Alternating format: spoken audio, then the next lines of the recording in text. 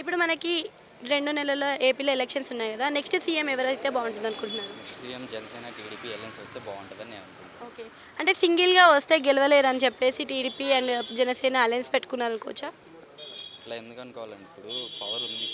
For example నేనున్నాను. హ్మ్.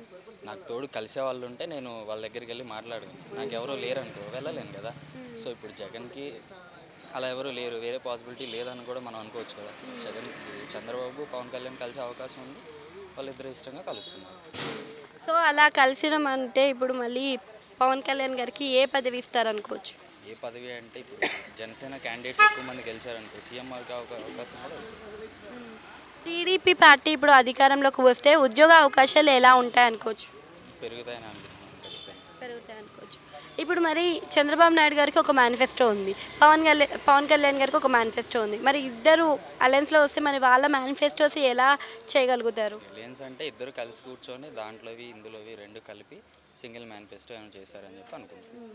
పవన్ కళ్యాణ్ గారిని ప్రతిసారి కావాలని టార్గెట్ చేస్తున్నారనుకోవచ్చా వైఎస్ఆర్‌సీపీ? అంతే కదండి, ఆయనకి ఇప్పుడు రాజకీయంగా ఆయన అనడానికి ఏమీ రిమార్క్ లేదు కాబట్టి ప్రతిసారి వ్యక్తిగతంగా మాట్లాడడం అది ఎంతవరకు కరెక్ట్ అంటే చూసే జనాలు కూడా అర్థమవుతుంది. ఎన్నిసార్లు మాట్లాడినా అదే పర్సనల్ లైఫ్ అంటే అది కరెక్ట్ కాదు. జూనియర్ ఎన్టీఆర్ ఏమైనా టీడీపీలో కలిసే అవకాశాలు ఉన్నాయనుకోవచ్చా? ఏమంటే ప్రస్తుతానికి అతని రెస్పాన్స్ ఏమీ లేదు కదా. కలిస్తే మ్యాక్సిమం అతను టీడీపీలోనే ఉంటారని నేను అనుకుంటున్నాను. అంటే నిన్న రీసెంట్‌గా చూసుకున్నట్టయితే పెద్ద ఎన్టీఆర్ గారి వర్ధంతి జరిగింది ఇక్కడ మన ఎన్టీఆర్ ఘాట్‌లో. సో, అక్కడికి బాలకృష్ణ గారు వచ్చారు. వచ్చి చిన్న ఎన్టీఆర్ గారి ఫోటోస్, ఫ్లెక్సెస్ తీసేయమని చెప్పారు. సో, ఎందుకు అలా చెప్పి ఉండొచ్చు? విశేషం అంటే వాళ్ళ ఫ్యామిలీ పరంగా ఇంటర్నల్ ఎన్నున్నా కానీ బయట పబ్లిక్ వచ్చేసరికి ఏదైనా సరే ఖచ్చితంగా వాళ్ళు కలిసే ఉంటారు నా ఫీలింగ్. సో, అంతే కాకుండా మళ్ళీ ఇప్పుడు మన నారా లోకేష్ గారు కూడా పాదయాత్ర చేస్తున్నారు యువగలం.